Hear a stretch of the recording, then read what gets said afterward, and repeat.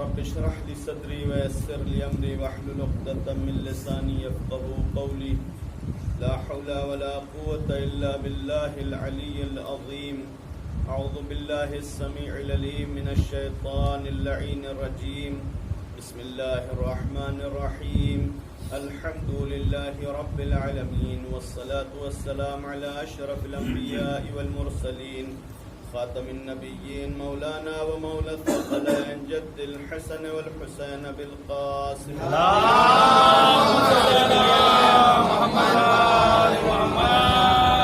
وآله الطيبين الطاهرين المعصومين المظلومين واللعنة الدائمة الباقية على أعدائهم أجمعين من يوم عداوتهم إلى قيام يوم الدين. أما بعد فقد قال الله الحكيم في كتابه الكريم بسم الله الرحمن الرحيم.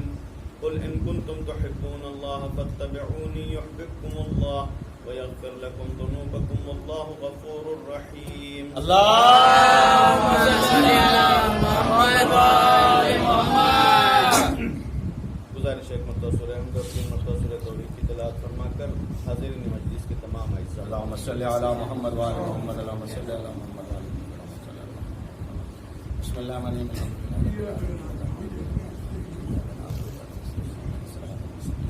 السلام علیکم.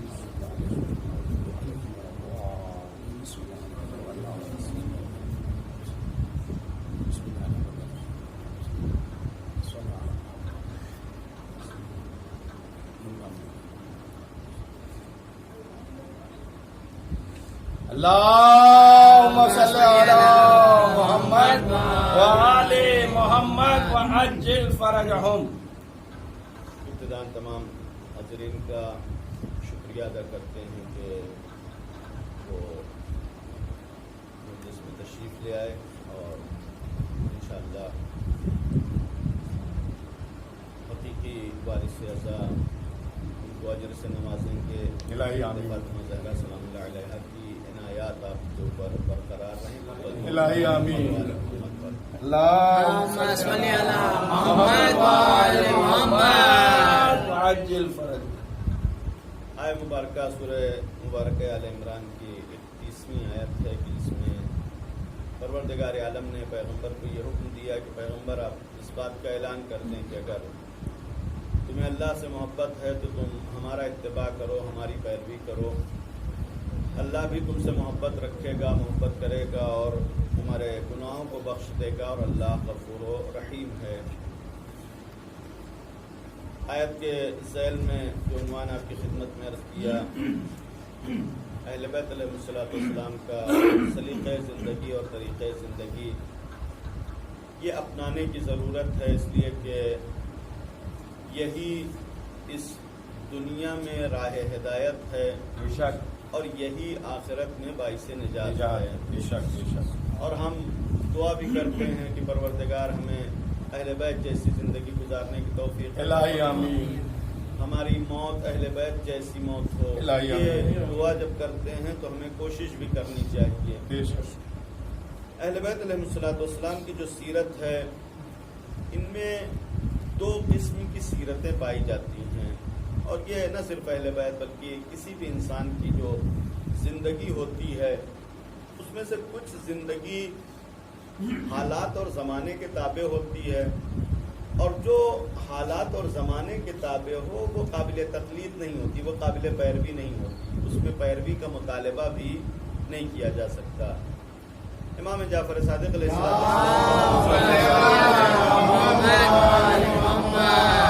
امام نے بہت ہی خوبصورت سفید لباس پہنا ہوا تھا. سفیان سوری جو صوفی تھا اس زمانے میں، اس نے ٹوکا کہ پیغمبر اور آپ کے جد علی ابن ابی طالب تو ایسے کپڑے نہیں پہنتے تھے.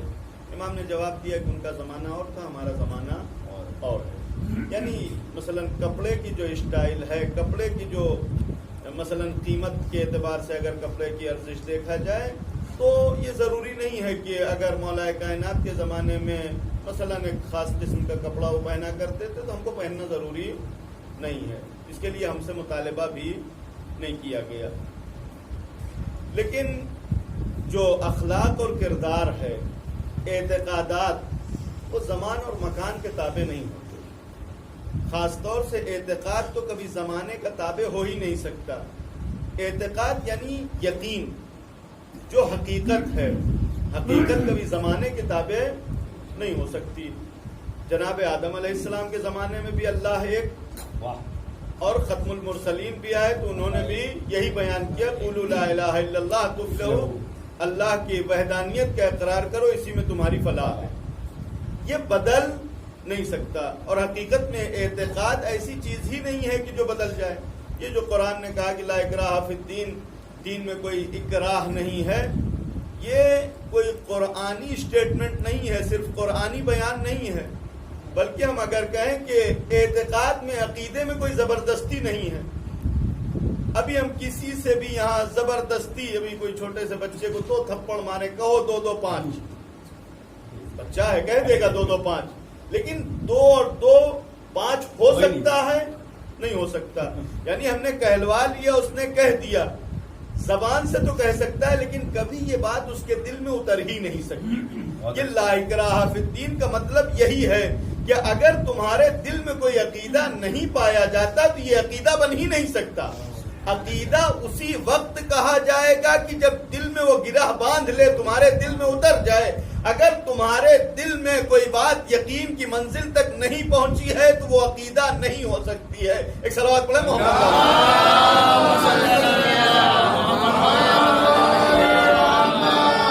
عیسائیوں نے آ کے عقیدے کی ڈیفینیشن ہی چینج کر دی.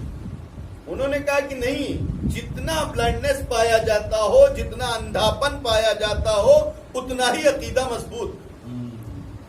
اب انہوں نے جو عقیدہ پیش کیا، کہا کہ ایک باپ ہے، ایک بیٹا ہے، ایک روح القدس ہے، اور یہ 1+1+1 یہ ایک ہوتا ہے. یعنی سارے میتھمیٹیکل قانون انہوں نے توڑ کے کہا کہ یہ ایک ہوتا ہے. ہم نے کہا کیسے؟ کہنے لگے کہ یہی تو عقیدے کا کمال ہے کہ سمجھو نہیں اور مانو. اگر سمجھ میں آ گیا تو پھر عقیدہ کہاں رہ گیا؟ پھر تمہارا ماننے میں کمال کیا ہے؟ جو نہ سمجھ میں آئے وہ مانو تو عقیدہ ہے. اور یہ خاص طور سے ہم نے اس لیے عرض کیا کہ ہم نے پہلے یہ جملہ عرض کیا کہ جناب آدم کے زمانے میں بھی خدا ایک ہی، ختم المرسلین کے زمانے میں بھی خدا ایک ہی، قیامت آ جائے گی خدا ایک ہی رہے گا، قیامت گزر جائے گی آ کے خدا ایک ہی رہے گا. نعوذ باللہ اگر ساری دنیا یہ کہنے لگے کہ خدا 2 ہے، خدا 3 ہے، خدا 1000 ہے، تو یہ خدا 1 سے 2 نہیں ہو سکتا. یعنی خدا کی ذات ایسی ہے ہی نہیں. لیکن عیسائیوں نے آ کے باقاعدہ عقیدے کی ڈیفینیشن چینج کی، کہا کہ جو بات دل سے یقین نہ ہو سکتی ہو اس کو مانو تب عقیدہ کہتے ہیں. اور خاص طور سے عقیدہ توحید کے سلسلے میں جناب عیسیٰ علیہ السلام کے بعد آ کر انہوں نے میٹنگ کیا، اور یہ ایک میٹنگ کا فیصلہ تھا کہ اللہ ایک ملا کے اور پھر ایک ہوگا. ان کے یہاں بسم اللہ، ہمارے یہاں بسم اللہ الرحمن الرحیم ہے، ان کے یہاں بسم اللہ بھی ایسے ہی، بسم اللہ والابن وروح القدس الہ واحدہ، باپ بیٹے روح القدس کے نام سے کہ جو ایک معبود ہیں. اب ان سے پوچھا جائے کہ مثلا یہ کیسے ایک ہو گئے، تو جواب یہی ہوتا ہے کہ نہیں، آپ کے سمجھ کی بات نہیں. اور اگر آپ نہیں مانتے ہیں تو آپ سچے عیسائی نہیں ہو سکتے. اگر سچا عیسائی بننا ہے تو آپ پہلے مان لیں. جب سچے عیسائی ہو جائیں گے تب یہ بات سمجھ میں آئے گی. اب آپ زندگی بھر ڈر کے مارے سوال کر ہی نہیں سکتے. جب پوچھیں گے تو ہم کہہ دیں گے کہ ابھی نہیں سچے ہوئے، نہیں ہوئے، ابھی سچائی نہیں آئی. لہذا یہ جو دین میں اکراہ نہیں ہے، عقیدے میں تبدیلی ہو ہی نہیں سکتی، اس کا مطلب یہ ہے کہ جو بات دل قبول نہ کرے اس کو زبان سے ماننے سے کوئی فائدہ نہیں. یہ لا الہ الا اللہ کہنا، یہ محمد رسول اللہ کہنا، یہ علی ولی اللہ پڑھنا، یہ پڑھنے کی چیزیں نہیں ہیں، یہ ماننے کی چیزیں ہیں.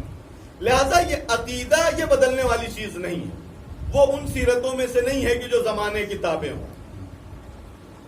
خود ہی میں سے اخلاق اور کردار یہ بھی وہ چیزیں نہیں ہیں کہ جو بدل جائیں.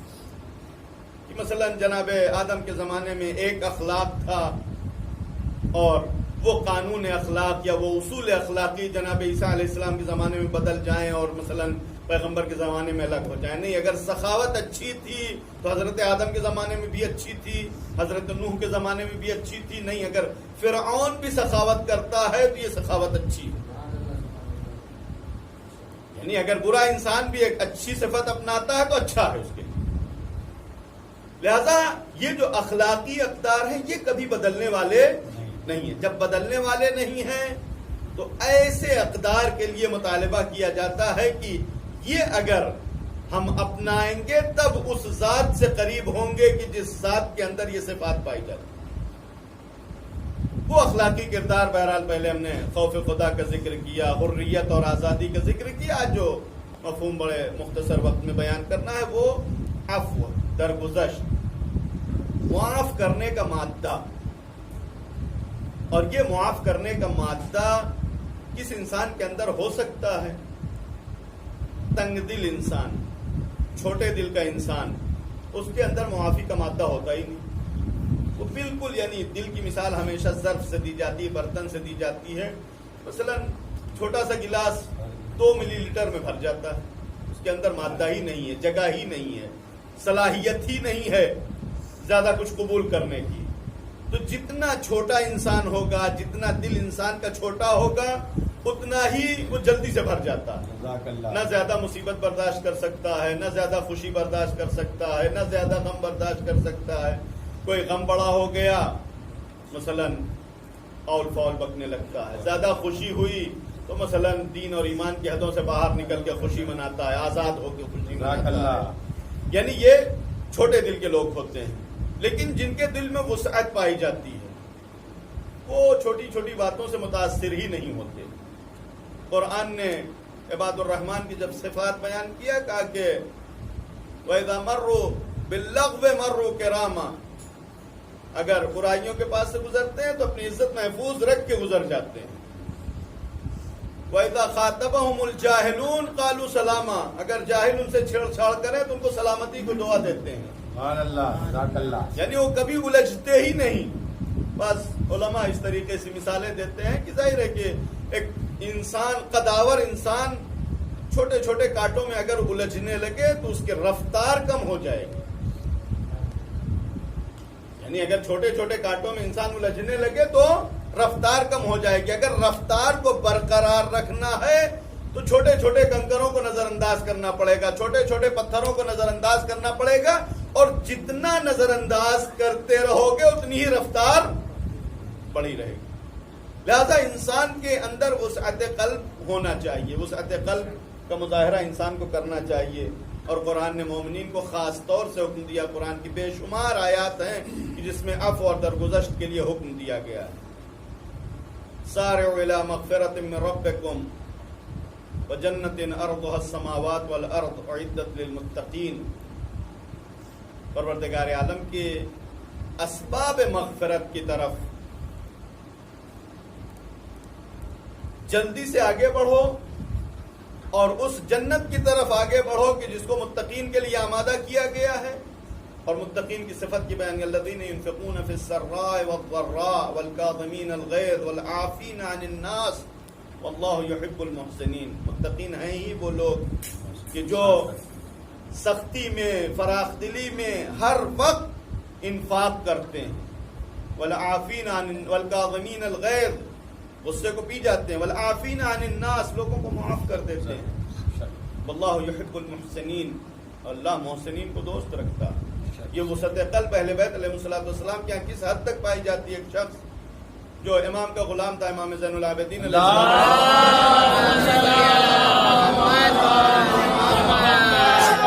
السلام، امام کو ہاتھ دھلا رہا تھا. اب وہ ظرف کس طریقے سے اس نے پکڑا ہوا تھا کہ ظرف امام کے سر سے ٹکرایا اور امام کے سر سے خون آ گیا. جیسے اس نے یہ دیکھا، اس کو یہ خیال آیا، اس کو سمجھ میں آیا کہ امام اب غصہ ہوں گے. فوراً اس نے قرآن کی آیت پڑھنی شروع کی، والکاظمین الغیظ. مومنین وہ ہیں، متقین وہ ہیں کہ جو غصے کو، امام نے کہا کہ ہاں ہم نے اپنے غصے کو برداشت کر لیا. کہا والعافین عن الناس، کہا میں نے معاف کر دیا. کہا واللہ یحب المحسنین، کہا جا میں نے تجھے راہ خدا میں آزاد کر. سبحان اللہ، جزاک اللہ. یعنی وسعت اتنی پائی جاتی ہے کہ اگر انسان غلطی کرے تو بہرحال اس کی غلطی کو اس حد تک نظر انداز کرتے ہیں کہ اس کو معاف کر دیتے ہیں. نہ صرف معاف کر دیتے ہیں بلکہ آزاد کر دیتے ہیں. امام حسن مجتبی علیہ السلام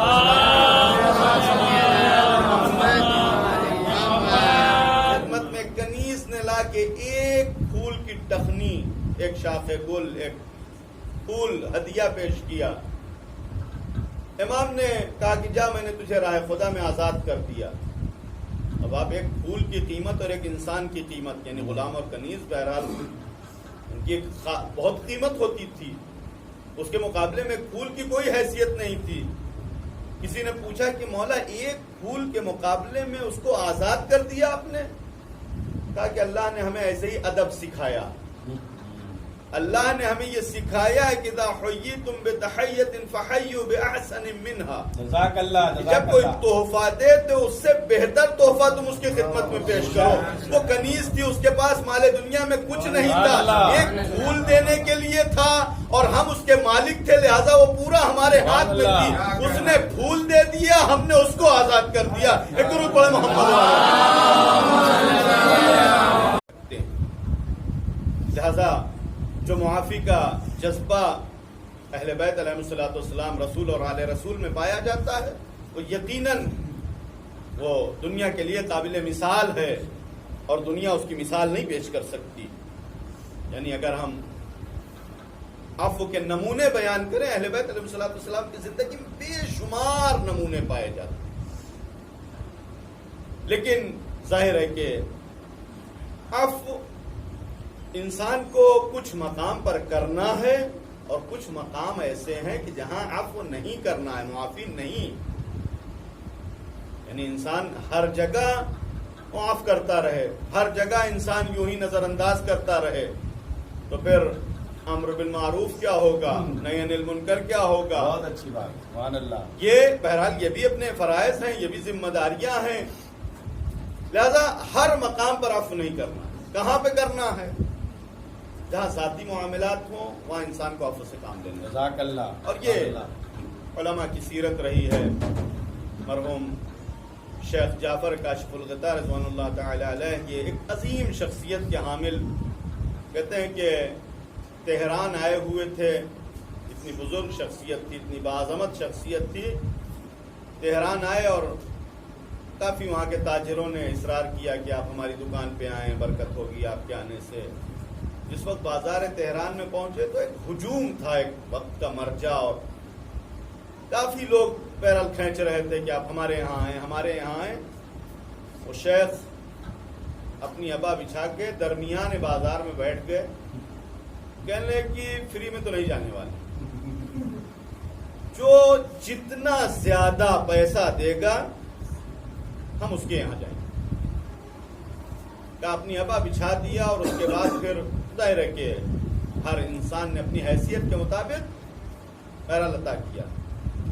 اتنا مال اکٹھا ہوا کہ شیخ نے تہران کے فقراء کے درمیان تقسیم کیا اور فقراء بہت خوش ہوئے.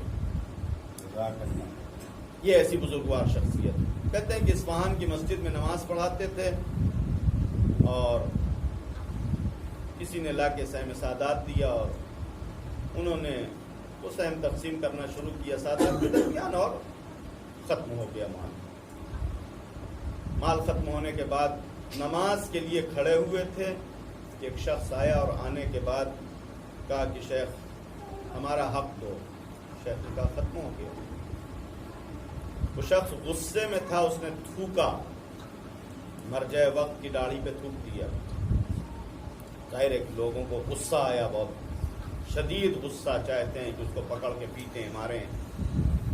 شیخ نے کہا کہ نہیں، اس لیے مارنا چاہتے ہو ہماری محبت میں.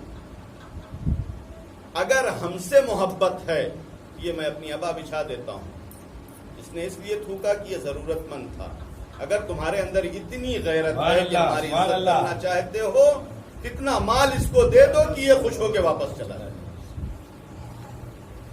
آپ اسے کہتے ہیں وسعت قلب، اسے کہتے ہیں سعہ صدر، اسے کہتے ہیں. الم نشرح لک صدرک، پیغمبر سے خطاب کیا پروردگار عالم، ہم نے شرح صدر آپ کو دیا.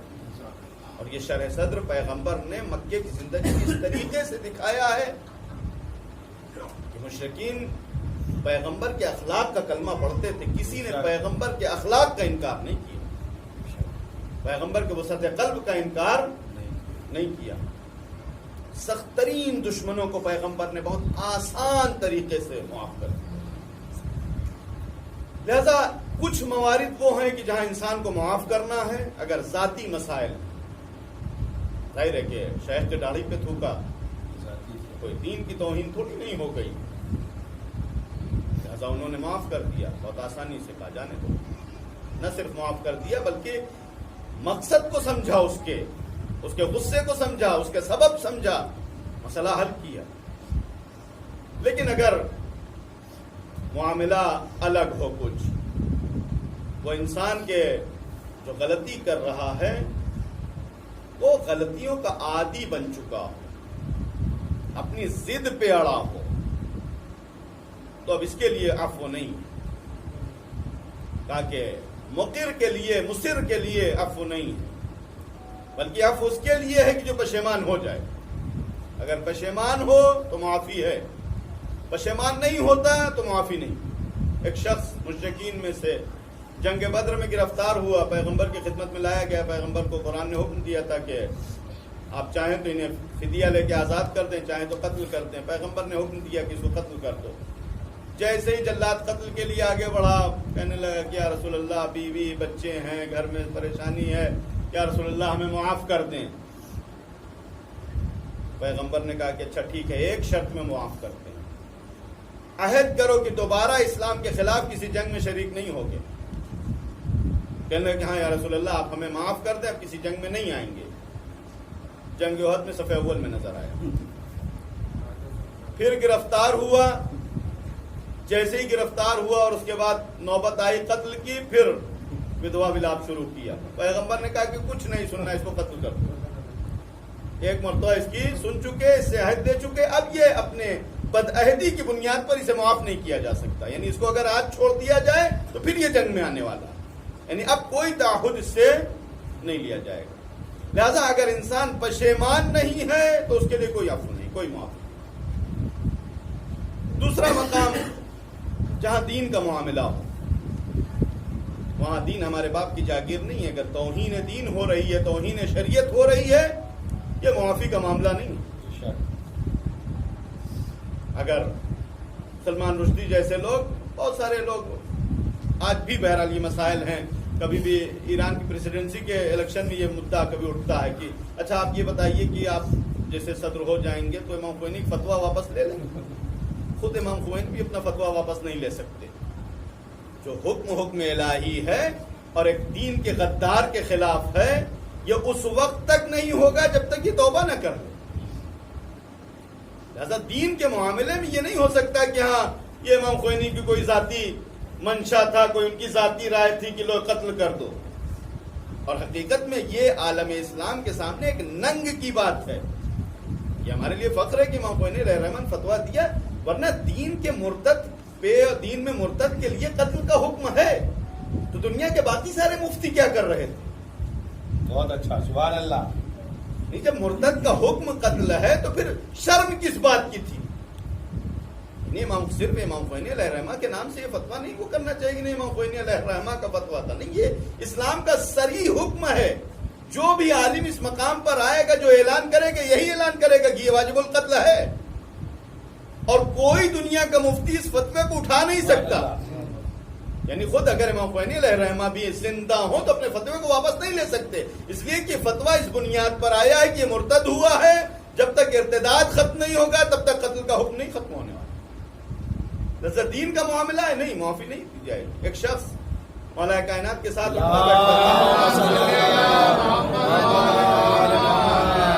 کوفے میں دوران حکومت، اب ظاہر ہے کہ جو دین کے احکام ہیں وہ اگر علی نہ نافذ کریں گے تو کون کرے گا؟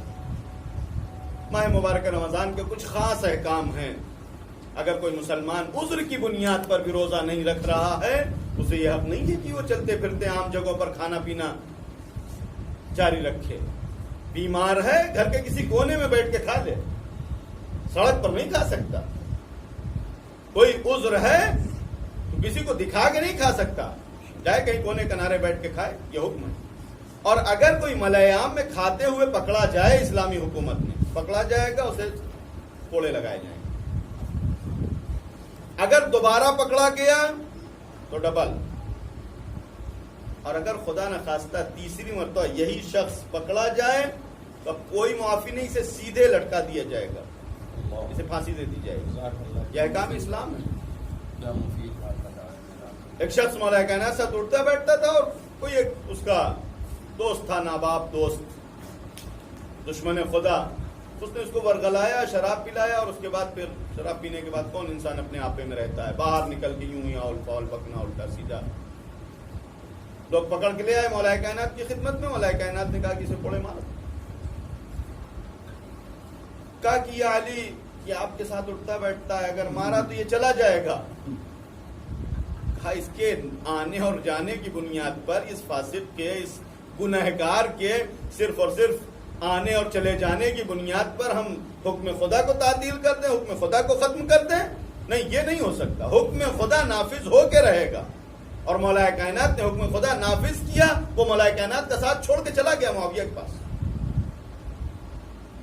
علی کو بھی اندازہ تھا کہ چلا جائے گا، لیکن اس کے ایک انسان کے چلے جانے کی وجہ سے، ناراض ہو جانے کی وجہ سے، یا جا کے اس کے لیے حکم خدا سے کوئی سودا نہیں کیا جا سکتا۔ لہذا دین کا معاملہ وہ قابل معافی نہیں ہوتا۔ تیسرا وہ مقام کہ جہاں انسان کو معاف نہیں کرنا ہے، وہاں جہاں کوئی انسان عزت سے کھلواڑ کرنا چاہے، وہاں معافی نہیں ہے، وہاں سزا ہی نہیں ہے۔ پیغمبر کہ جنہوں نے مشرکین کے اتنے شدید مظالم برداشت کیے تھے، اوجھڑی پھینکی پیغمبر کے اوپر، کنکر مارتے تھے، پتھر مارتے تھے۔ پیغمبر مدینے میں آئے، حکم ابن عاص، مروان کا باپ، اموی تھا، پیغمبر کے دوست سے اس نے ردا کھینچی، پیغمبر نے چھوڑ دیا، کچھ نہیں کہا۔ دوبارہ پھر اس نے یہ حرکت انجام دی، پیغمبر نے دوبارہ بھی اس کو نظر انداز کیا، یعنی کوئی پکڑا نہیں گیا یا کوئی سامنا نہیں ہوا، لیکن نظر انداز کر دیا پیغمبر نے۔ تیسری مرتبہ، اور تیسری مرتبہ نہیں بلکہ اس کا مستقل یہ شیوا تھا، یہ طریقہ تھا کہ پیغمبر کے پیچھے پیغمبر کی نقل کرتے ہوئے چلتا تھا، پیغمبر کو چڑھاتا تھا، جس کو ہماری زبان میں کہا۔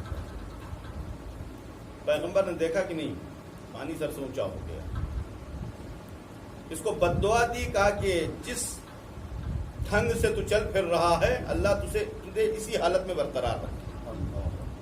ہاتھ پیر میں راشا ہو گیا، اور تاریخ گواہ ہے کہ حکم اور اس کے بیٹے مروان دونوں کو پیغمبر نے شہر بدر کر دیا، بڑی بات، مدینے سے باہر نکال دیا۔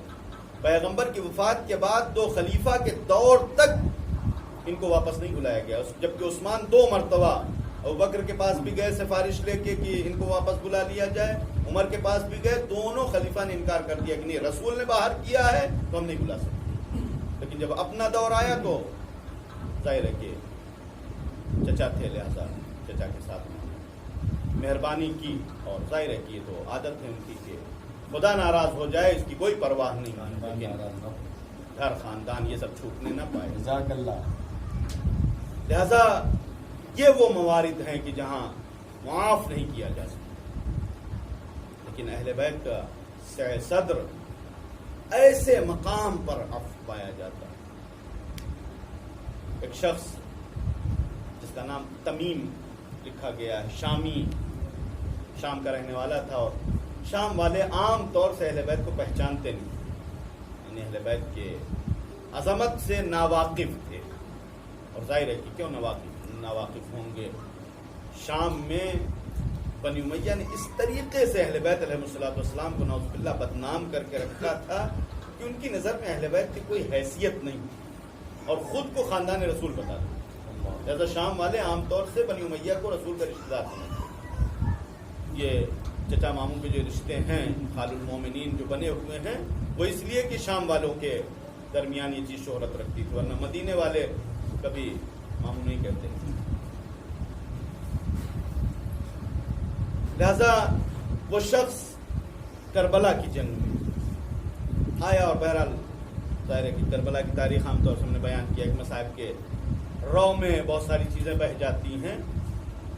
اس میں ہمارا خیال ایسے ہوتا ہے کہ مثلا جناب عباس اگر اجازت مانگتے ہیں یا جو بھی اجازت مانگنے آتا ہے تو مثلا اجازت مانگ کے ایک مرتبہ گئے جنگ کر کے واپس آئے یا شہید ہو گئے. نہیں، جو بھی تھا وہ حالت جنگ میں تھا. صبح سے جنگ شروع ہوئی، سب سفارہ تھے، یعنی اس جنگ میں شریک تھے. اسی درمیان وہ شخص آیا اور آنے کے بعد چونکہ شامی تھا لہذا اس کے دل میں تو اہل بیت علیہ السلام کا بہت زیادہ تھا. وہ ہم تو بہت احترام سے نام لے رہے ہیں، اس کے لیے حسین اور حسن کیا معنی رکھتے ہیں. لہذا وہ مبارز طلب کر رہا تھا، کوئی مقابلہ کرنے والا آئے. امام حسین علیہ السلام خود گئے. خود جانے کے بعد امام نے جنگ کیا اور تھوڑی دیر کے بعد امام نے ایک ایسا وار کیا کہ اس کا پیر قلم ہو گیا، پیر کٹ گیا. ظاہر ہے گرنے کے بعد اب دوسرا مرحلہ یہ ہوتا ہے کہ سر قلم کر دیا جائے. امام بڑھے آگے قتل کرنے کے ارادے سے اس نے معافی مانگی کہ آپ ہمیں معاف کر دیں، ہم آپ کو پہچانتے نہیں، ہم یہ نہیں سمجھتے تھے کہ آپ اتنے شجاع اور بہادر ہوں گے، آپ کی عظمت سے ناواقف تھے. امام نے دشمنوں کے درمیان آواز لگائی کہ آ کے اس کو لے جاؤ. یعنی ایسے دشمن جو خون پینے کے لیے ارادے سے آئے ہوں، ان کو ایک ایسے معرکے میں کہ جہاں سب حیوان درندے ہیں، ان سے بدتر ہیں، اس درمیان سے صدر کا یہ مظاہرہ حسین ابن علی، اس کی کوئی مثال نہیں پیش کر سکتا. اور آخری نمونہ اہل بیت کے کرم کا تاریخ میں لکھا ہے. جس وقت واقع حرہ پیش آیا اور واقع حرہ میں بہت سارے لوگ مسلمان ان کے خلاف بغاوت کر چکے تھے، یزید کے خلاف، اور لوگ تلاش کر رہے تھے. یعنی بنو امیہ کے لیے کوئی ٹھکانہ نہیں رہ گیا تھا، یزید اور یزیدی لشکر کے لیے کوئی ٹھکانہ نہیں تھا. ایسے میں سب پریشان حال. تمام لوگوں کے درمیان گندم جو بھی بہرحال کھانے کی چیزیں غذا تقسیم کر رہے تھے. ایک شخص آیا جس کی حالت یہ لکھی گئی ہے کہ زبان پیاس سے باہر تھی. امام نے پانی پلایا، امام نے اس کو کھانے پینے کا سامان دیا. وہ شخص بہت تعجب کرنے لگا، کہتا ہے سید سجاد آپ نے شاید ہم کو پہچانا نہیں. امام کہتے ہیں تجھے نہیں، میں پہچانتا ہوں، تو میرے بھائی یہ اکبر قاتل حسین بن نمیر. آپ کا یہ مادہ سوائے اس گھر کے میں پایا نہیں جا سکتا.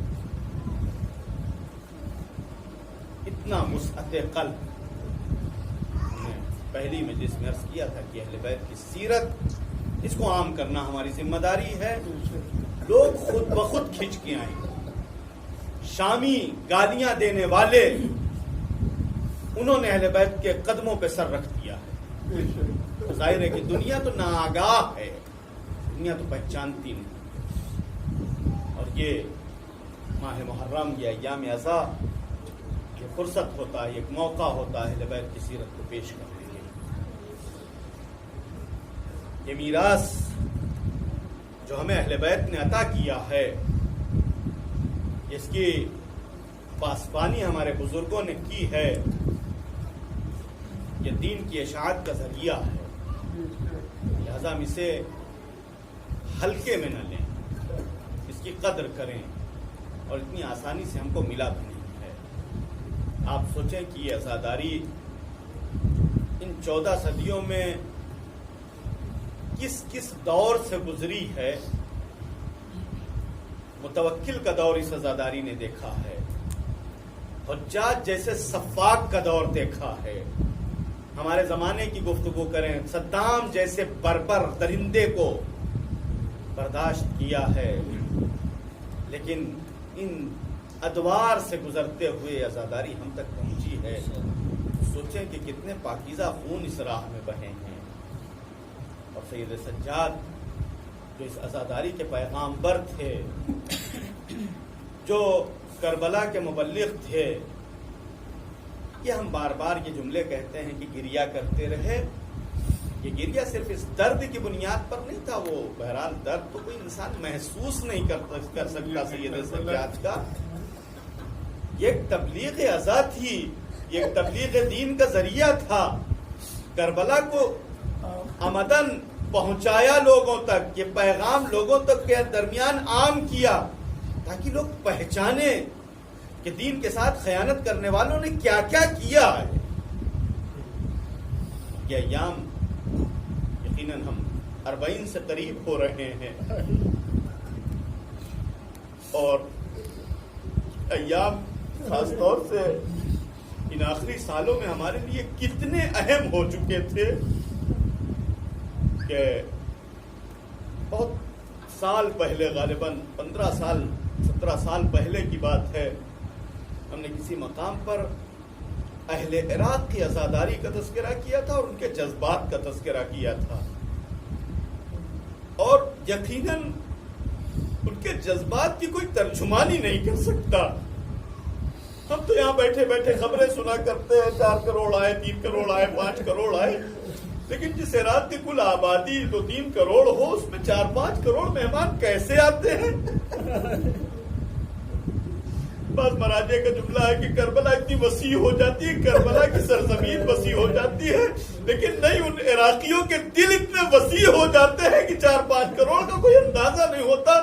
وہ جو شاید سال بھر خود نہ کھاتے ہوں, وہ ان زائرین کی خدمت اس انداز سے کرتے ہیں کہ کوئی انسان کو بیان نہیں کر سکتا. خدا سب کو نصیب کرے کہ ان ایام میں وہاں زیارت کے لیے جائیں, اور ایسے ایام کی جن میں بہت سارے لوگوں نے صرف ایک بیماری کے بہانے کی بنیاد پر ایام ازا میں بہت ساری کوتاہیاں کی, اور شاید بہت سارے ایام ازا کے جو ارکان تھے مجالس نہیں انجام دیا. ایسے میں الحمدللہ صد الحمدللہ آپ اگر آج بھی دیکھیں تو کربلا آج آباد نظر آ رہا ہے. وہ جو ان برے ادوار میں بھی کربلا کو جنہوں نے تنہا نہیں چھوڑا تھا, آج بھی وہ پہنچ گئے اربعین کے لیے. تو یقیناً یہ ایام ہمارے لیے بہت اہم ہے. علماء کی بہت تاکید ہے کہ یہ گیدرنگ, یہ مجمع, یہ جو اجتماع ہو رہا ہے اربعین کے نام پر, انشاءاللہ یہ مجمع ایک پیش خیمہ ہو, ایک پیش آمد ہو امام مہدی اللہ تعالیٰ فرج الشریف کی آمد کی. یہ انشاءاللہ ہم سب اس گروہ کے ساتھ امام کی خدمت میں حاضر ہوں. لیکن یہ ایام مصیبت کے حوالے سے اگر تاریخ دیکھیں تو کتنے سخت ترین ایام ہیں. یہ سفر کا مہینہ, پہلی سفر سے جو مصیبتوں کا آغاز ہوتا ہے, پہلی سفر وہ تاریخ تھی کہ جب اہل بیت شام میں وارد ہوئے تھے, اور شام میں ورود کے مصائب کو کوئی انسان بیان نہیں کر سکتا. سید مہدی بحر العلوم علیہ الرحمہ کسی مقام پر جناب فاطمہ کے حوالے سے مجلس برپا تھی, اور مجلس پڑھنے والے نے پڑھتے پڑھتے یہ جملہ کہا.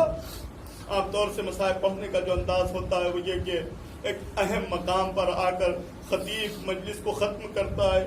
خطیب نے یہ جملہ کہا کہ اہل بیت کو یزید کے دربار میں وارد کیا گیا. سید مہدی نے اپنے امامے کو اتارا, پھینکا اور کھڑے ہو گئے, واہ ویلا کر کے ماتم کرنا شروع کیا. کہ خطیب مصائب ختم ہو گئے, اہل بیت جیسی پاکیزہ شخصیت ہے یزید جیسے نجس دربار میں آ گئے, اب اس سے بڑی مصیبت اور کیا ہوگی.